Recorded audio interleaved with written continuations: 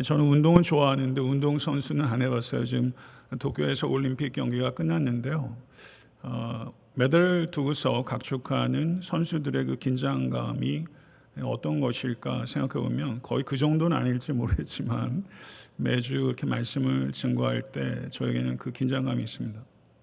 얼마나 제가 죄인이고 부족한지를 알기 때문에 이 무게가 저에게 참 큰데 하나님께서 오늘 이 시간도 그 부족한 종을 가려주시고 하나님의 은총의 도구가 될 수 있게 되기를 간절히 소망합니다. 제가 할 수 있는 일은 다한 것 같습니다. 주님께서 역사하여 주시기를 간절히 소망합니다. 축구 좋아하십니까? 그 손흥민 선수가 그 운동하는 영국 리그를 EPL이라고 하고 이탈리아 축구 리그가 한때 세계 최고였는데요. 세리아 A라고 합니다. 세리아 A의 명문 팀 중에 하나가 AS 로마라는 팀이 있습니다. 그 팀에 전설적인 축구 선수가 있는데 토티라는 선수입니다. 아시겠습니까? 이 토티가 AS 로마의 볼보이로 시작했답니다. 그런데 열심히 운동해서 AS 로마를 대표하는 선수가 돼서 19년 동안 거기에서 운동하고 은퇴를 했습니다. 그런데 이 토티가 워낙 전설적인 미드필더다 보니까 세계에서 가장 유명한 명문 클럽 가운데 하나의 레알 마드리드가 10번 아무나 못 답니다. 10번 유니폼을 주겠다고 제안했는데 토티가 거절했습니다. 그 선수 막바지에 이르면 예전과 같은 기량을 발휘하기 어려워서 많은 선수들이 미국, 중국, 중동 등으로 가서 선수 생활을 하는데 수백억이나 되는 돈으로 유혹했음에도 불구하고 토티는 거절했습니다. 은퇴를 2017년도에 하게 되는데 2017년도에 레알 마드리드의 호날두의 연봉이 650억, 토티의 연봉은 15억이었습니다. 저 같으면 내가 잘했나 심각한 회의가 들 수도 있을 것 같아요. 이 토티는 말을 얼마나 못했는지 말주변이 없어서 토티를 희화화하는 개그들이 굉장히 많았고, 그리고 토티를 이렇게 희화화하는 개그들을 모아서 2006년도에 실제 이태리어를 직역한 거 있는지 모르겠어요. 토티는 못 말려, 짱구는 못 말려, 토티는 못 말려라는 책이 발행이 됐는데 무려 50만 부가 팔렸다는 것입니다. 근데 토티는 그 전액을 팬들을 위해서 기부했답니다. 그래서 이제 인터뷰를 하는데 스포츠 신문 기자가 물어요. 레알 마드리드라는 명문 클럽에서 몇 차례 좋은 조건으로 그렇게 구애를 했는데 그것을 거절한 것에 대해서 후회하지 않습니까? 그랬더니 토티가 이렇게 말합니다. 내 유일한 후회는 AS 로마에서 리그 우승을 두세 차례 더 하지 못한 것입니다. 나는 로마에서 태어났고 로마 사람으로 죽을 것입니다. AS 로마는 나의 가족이자 나의 영혼입니다. 나는 언제나 로마의 팬일 것입니다. 레전드 선수인데 나는 로마의 팬이다. 그러면서 다른 인터뷰에서 토티가 무슨 말을 했냐면 나는 말이 아닌 발로 표현하고 싶었습니다. AS 로마의 찐팬, 요즘 젊은 사람들 그런 말 하더라고요. AS 로마의 찐팬이자 AS 로마의 영원한 레전드 토티. 감동적이더라고요. 그래서 운동선수도 그 팀을 사랑해서 이 정도의 감동 스토리를 적어가는데 그리스도의 제자인 목사인 저는 어떠한 감동 이야기를 적어가고 있는가? 그리스도의 제자인 여러분들은 어떠한 감동 이야기를 삶으로 적어가고 있는가라고 저는 생각하고 묻지 않을 수 없습니다. 오늘 본 말씀 마태복음 8장 18절에서 22절은 예수님의 기적 이야기들 사이에 끼어 있습니다. 예수님의 기적들은 예수님께서 자연과 악한 영과 질병과 죽음에 대한 예수 그리스도의 엑스시아, 어서리티를 선포합니다. 예수 그리스도에 대한 제자도에 대한 가르침은 예수님을 따르는 사람들, 예수님을 따르는 여러분들 한 분 한 분에 대한 예수 그리스도의 엑스시아, 권위를 선포합니다. 이 권위에 굴복하시는 이 시간 될 수 있게 되기를 바랍니다. 18절을 보게 되면 제자도에 대한 가르침을 도입합니다. 예수께서 무리가 자기를 에워싸시는 것을 보시고 건너편으로 가기를 명하시니라. 가기를 명하시니라. 아프에로코마이라는 단어가 사용된 것으로 제가 기억하는데, 예수께서 건너편으로 가자는 것은 단순히 배를 타고 떠나자는 명령이 아니라 제자들을 제자도에 대한 부르심으로 이해하는 것이 타당한 해석이라고 할 수 있습니다. 무리는 예수 그리스도를 이용하는 사람들이라고 할 수 있습니다. 예수께서는 무리들을 불쌍히 여기시고 그들을 고치시고 가르치셨지만 무리들에게 의탁하지 않으셨습니다. 예수 그리스도께서 이 땅에 남기신 것은 몇 사람의 제자들밖에 없습니다. 예수 그리스도의 그 생명의 도의 명운을 몇 사람 온전치도 못한 제자들에게 다 걸어버리신 것입니다. 왜냐하면 제자를 만드는 것이 그만큼 가치 있는 일이며 예수 그리스도께서는 여러분 한 분 한 분을 제자로 만들기를 간절히 원하십니다. 그러므로 애틀랜타 섬기는 교회가 지금까지도 그렇게 씨름했거니와 앞으로 애틀랜타 섬기는 교회는 어떻게 하면 이 교회의 무리를 끌어모을 수 있을까 하는 유혹, 그 유혹 제게 있습니다. 이 유혹과 단호하게 저항하고 거절해야 할 것이며, 우리 애틀랜타 섬기는 교회는 어떻게 해서든지 구원받은 백성이 더해지고 어떻게 해서든지 제자를 만드는 일에 우리의 온 힘을 다해서 버겁도록 이 사명을 감당해야 될 줄로 믿습니다. 19절과 20절을 보게 되면 한 서기관과 예수님의 대화가 기록되어 있고, 21절과 21절을 보면 한 제자와 예수님의 대화, 곧 두 개의 다이얼로그가 이 제자도를 가르침을 구성하고 있는 것을 볼 수 있습니다. 19절을 보시면 한 서기관이 나와 예수께 말씀하되 선생님이여 어디로 가시든지 저는 따르리이다 라고 꽤 진지한 헌신을 다짐합니다. 이 서기관의 다짐 믿을만 한 것입니까? 이 서기관의 다짐 어떻게 평가할 수 있을까요? 그런데 복음서에 등장하는 서기관들을 보게 되면 서기관들이 긍정적으로 제시되는 경우가 거의 없습니다.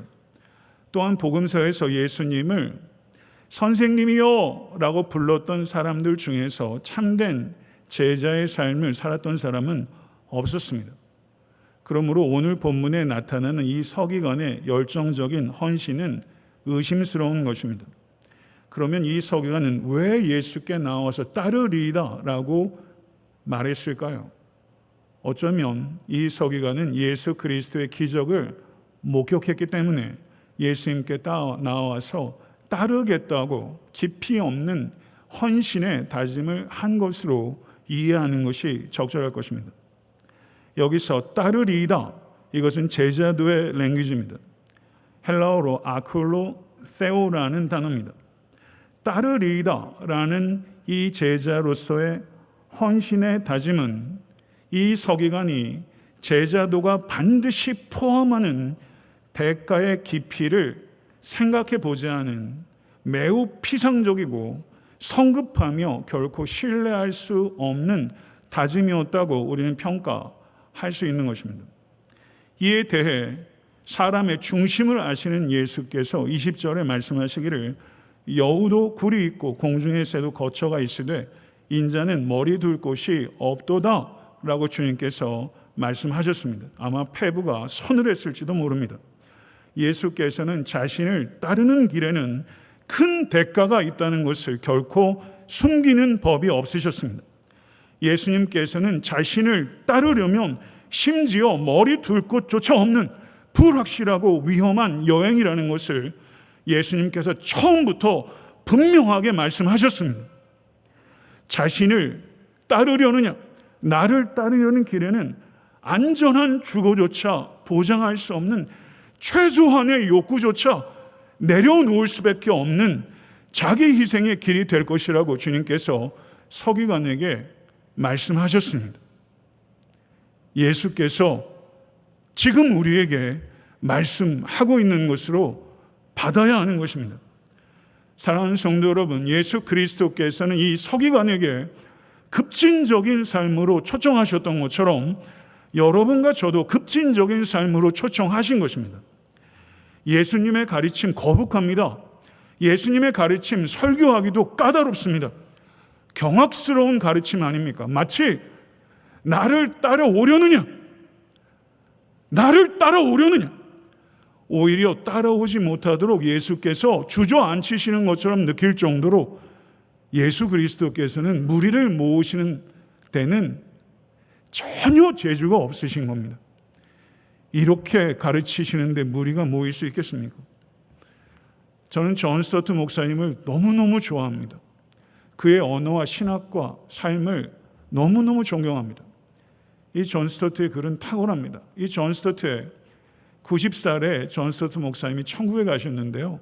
이 존 스토트 목사님의 마지막 책이 뭐가 나올까? 무엇이라고 생각하세요? 존 스토트 목사님 책 좋아하세요? 제일 마지막 책의 책 이름이 Radical Disciple입니다. 급진적 제자도 Radical Discipleship. Radical, 제자는 radical합니다. Radical은 라틴어 radix에서 나온 말이고 이 radix는 뿌리에서부터라는 뜻이 있습니다. 그러므로 예수 그리스도의 제자는 급진적 제자이며 급진적 제자는 삶을 부분적으로 수정한 제자가 아니라 삶을 급진적으로 뿌리채 바꿔낸 제자라는 것을 나타내는 것입니다. 저는 급진적 제자가 되기를 원합니다. 급진적 제자로 여러분들을 빚어낼 수 있기를 소망합니다. A.W. 토조 목사라는 분 잘 아시죠? 그 목사님께서 이런 말씀하셨어요. 복음주의 기독교 진영 전반에 확연한 이단이 생겨났습니다. 우리 인간들이 그저 구주가 필요해서, 세이비어 구주가 필요해서 그리스도를 자진하여 영접할 수는 있지만 그분을 Lord, 주님으로 순종하는 일은 우리가 원할 때까지 미룰 수 있다는 개념이 용인되는 것입니다. 혹시 여러분들 중에 이렇게 생각하시며 신앙생활 하신 적 없습니까? 주님, 저는 주님의 피가 필요합니다. 그러나 그리스도의 제자가 되어 그리스도께서 걸어가신 길을 걸으며 그리스도를 닮고 싶지는 않습니다. 이렇게 생각하거나 이렇게 신앙생활을 하고 계시지 않습니까? 달라스 윌라드라는 탁월한 신학자가 잊혀진 제자들이라는 책에서 이렇게 오직 그리스도의 피만 원하고 그리스도의 삶과 그리스도를 닮기를 거절하는 그리스도인들을 뱀파이어 기독교인이라고 표현했어요. 사랑하는 성도 여러분, 예수 그리스도의 이 레디컬한 콜링, 예수 그리스도의 이 레디컬한 가르침, 산상수훈의 가르침, 제자의 윤리입니다. 세상 사람들은 그런 윤리 듣지도 않고 하려고 하지도 않습니다. 이 급진적인 가르침을 희석시키려고 하는 죄가 현대 기독교의 강단이 범하는 죄이며 저는 이 죄를 지을 수 없습니다. 여러분도 예수 그리스도의 이 메시지를 희석해서 드리려고 하는 유혹과 단호하게 대결하시는 성도 되실 수 있게 되기를 간절히 축원합니다. 21절을 보게 되면 제자 한 사람이 등장합니다. 주여, 내가 먼저 가서 내 아버지를 장사하게 허락하옵소서. 이 말 틀린 말입니까? 맞는 말입니까? 타당한 말입니다. 상식적인 말입니다. 그런데 여기에서 제자라고 번역된 성경 언어가 마세테스입니다. 이 단어가 만사노라는 동사에서 파생된 단어인데 만사노는 배우다 이런 뜻입니다. 그러므로 마세테스, 제자의 가장 본질은 배우는 학생입니다. 여러분 잘 배우시는 학생 되시기를 바랍니다. 마세테스란 이 단어가 마태복음의 67회, 마가복음의 44, 누가복음의 34, 요한복음의 73, 사도행전의 28회 등장해요. 많이 등장하죠. 그러면 이 마세테스의 용어의 의미가 무엇인가 하는 것은 그 컨텍스트, 문맥이 결정하도록 해야 합니다. 그러면 오늘 본문에 예수께 나와 질문한 이 한 제자, 이 마세테스는 그 성격을 어떻게 규명할 수 있을까요? 12 제자 아닙니다. 예수님을 따라다니던 광범위한 보다 큰 제자군의 일원이었을 것을 생각할 수 있습니다. 이 사람은 참 제자라고 부르기는 어렵습니다. 예수님과 대화 뒤에 참 제자의 길을 걸어갔는지는 알 수 없습니다. 성경이 침묵하고 있기 때문입니다. 이와 같은 침묵은 여러분과 제가 이 한 서기관과 한 제자의 장래가 어떻게 되었을지 매우 경각심을 가지고 주의 있게 살피라는 그런 의도가 있다고 저는 생각합니다. 이 한 제자는 먼저 내 아버지를 장사하게 해달라고 했습니다. 다시 한번 말하거니와 이 주장은 타당합니다. 그런데 이 아버지가 이미 죽었는지 이제 곧 죽게 되실 것인지는 분명하지 않습니다. 만약에 후자라면 이 한 제자는 이렇게 말하는 것입니다. 주님, 우리 아버지가 이제 곧 죽을 상황입니다. 돌아가실 때까지 가서 돌보고 장례를 마치고 장례 후에는 남겨두신 재산을 형제들 간에 바르게 분배한 후에 예수님을 따르겠습니다. 그때까지는 주님을 따르는 것을 연기할 수밖에 없습니다. 이것을 허락해 주시겠습니까? 이렇게 물은 것입니다. 이 한 제자는 한 서기관보다 예수를 따른다는 것이 무엇을 동반하는지에 대해서 보다 깊은 이해를 가지고 있었지만 이 한 제자는 예수를 따르지 않겠다고 한 것이 아니라 예수를 지금 따를 수는 없다고 말한 것입니다. 이게 이 한 제자의 생각입니다. 이에 대해 예수께서 단호하게 말씀하셨습니다. 만약에 지금 예수를 따르고 계시지 않는다면 이 말씀은 여러분에게 하시는 말씀입니다. 22절 보시기 바랍니다. 죽은 자들이 그들의 죽은 자들을 장사하게 하고 너는 나를 따르라. 어떻게 들리십니까? 가혹하지 않습니까? 여기서 죽은 자들은 누굽니까? 예수를 따르지 않는 자들을 다 가르치는 것입니다. 예수를 따르지 않는 자는 죽은 자입니다. 받아들이시겠습니까? 예수를 따르지 않는 자는 멀쩡하게 두 발로 걸어 다녀도 죽은 자입니다. 죽은 자들이 죽은 자를 장사하게 하고 너는 나를 따르라. 주님께서 말씀하셨습니다. 죽은 자를 장사 지내는 것, 내 부모를 공경하라. 10계명의 거룩한 명령에 순종하는 가장 중요한 요소 가운데 하나입니다. 그럼 예수님께서는 10계명을 무시하라고 가르치는 것입니까? 그런 것입니까? 예수님은 경우도 없습니까? 그런 거 아니죠. 예수님께서 말씀하신 요지는 부모 공경하는 것을 소홀히 하라는 것이 아니라 성경에서 말하는 어떠한 거룩한 의무보다 주님을 따르는 것을 우선하는 것은 없다. 주님을 지금 따르는 것이 가장 시급하고 가장 중요한 것이다. 믿으십니까? 이렇게 살고 계십니까? 예수님께서 누누이 말씀하시는 게 무엇입니까? 가족 관계를 성경처럼 깊은 차원에서 가족의 의미를 밝히고 가족 간에 이루어지는 관계의 심원한 원리를 가르치는 종교는 없습니다. 기독교는 가족 관계를 매우 소중히 여깁니다. 그렇지만 주님께서 가르치신 내용의 핵심은 가족 관계보다 중요한 것은 주님과의 관계라는 것이며 이것이 양립할 수 없을 때는 주님과의 관계를 최우선으로 하라.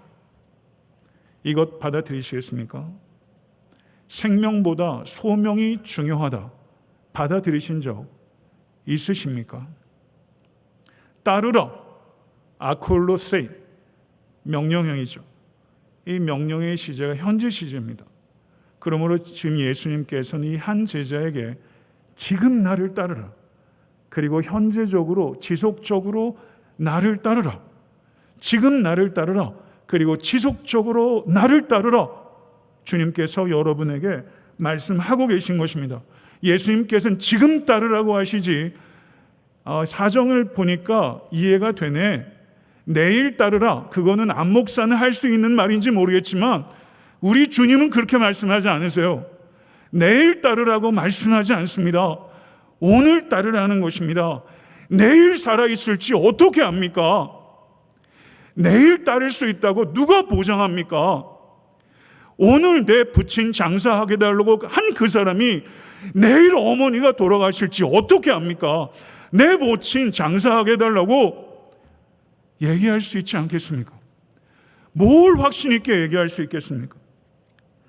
사랑하는 성도 여러분, 주님께서 여러분에게 우리를 향해서 간절하게 말씀하시는 것은 주님의 뜻이 분명하면 즉시 순종해라.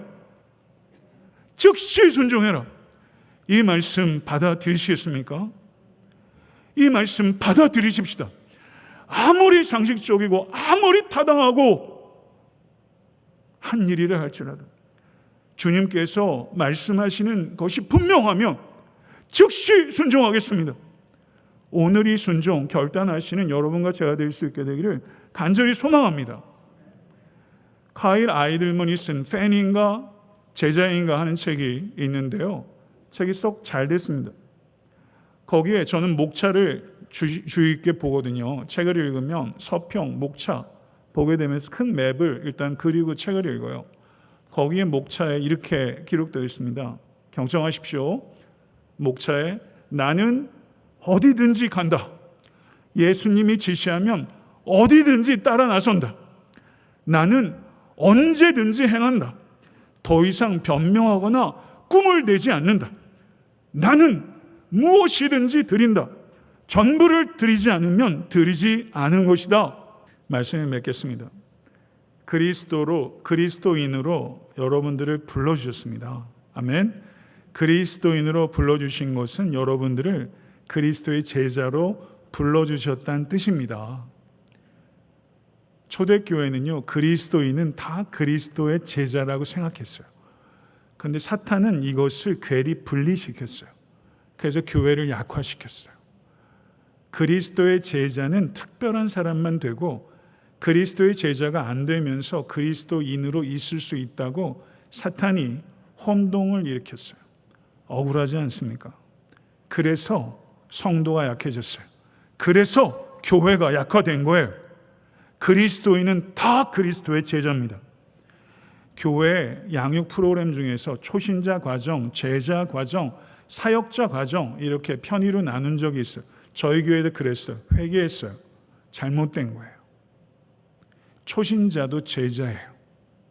초신자가 따로 있고 제자가 따로 있고 사역자가 따로 있는 게 아니에요. 모든 그리스도인은 제자예요. 여러분이 정말 중생하셨으면 여러분은 그리스도의 제자예요. 예수를 따르는 사람이에요. 예수를 따르는 사람이에요. 아멘. 제자가 되는 것은 선택할 수 있는 게 아니에요. 사탄에게 속지 마십시오. 현대 기독교의 문제는 교회에 등록하면서 예수를 따르기로 결정하지 않고 신앙생활을 할 수 있도록 한 거예요. 예수를 따르려는 결단을 심각하게 묻지 않고 교회 교족부에 이름을 올려요. 가서 모든 민족으로 제자를 삼으라. 이것을 영어로 뭐라고 말합니까? Great Commission. Great Commission. 대위임령이라고 말해요. 대위임령. Great Commission.